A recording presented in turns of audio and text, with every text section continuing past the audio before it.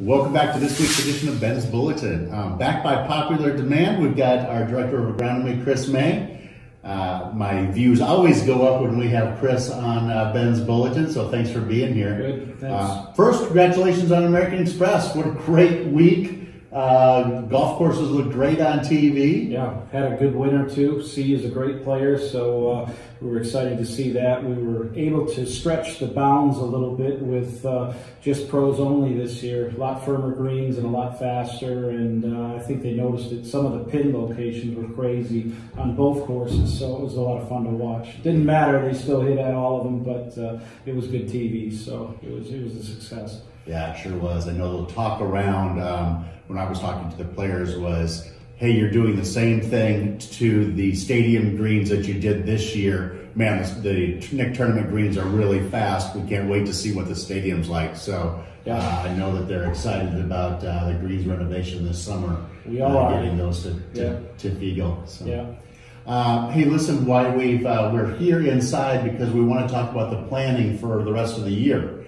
And Chris and I have worked hard on coming up with a aerification schedule and an overseeding schedule for next year. So we are able to publish that schedule to our membership in this email blast. So we look forward to having everyone review those. Chris, why don't you kind of take us through the aerification and aerification schedules first?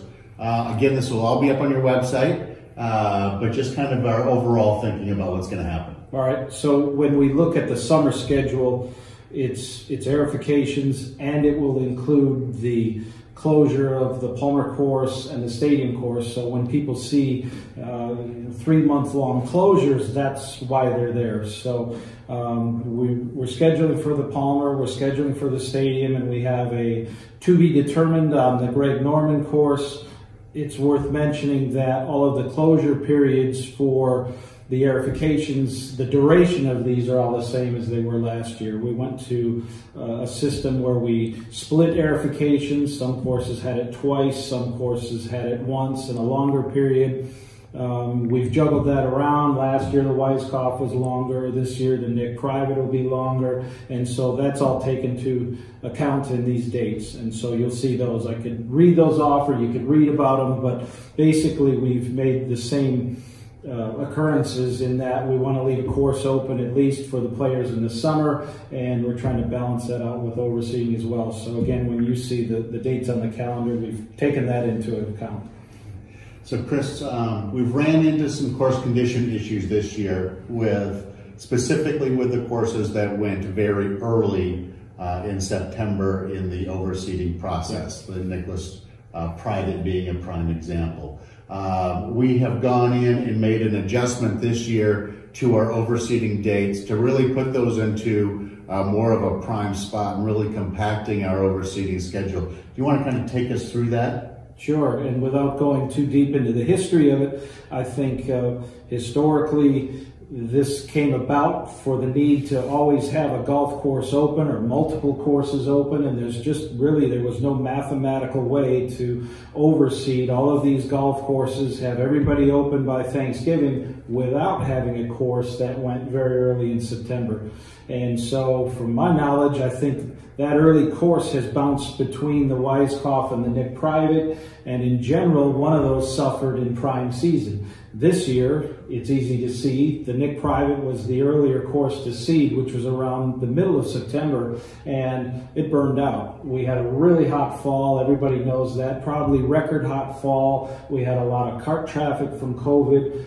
But all that being said, we recognize that if we seed before October 10th, we run that risk, and generally it happens where the heat ends up taking these courses out.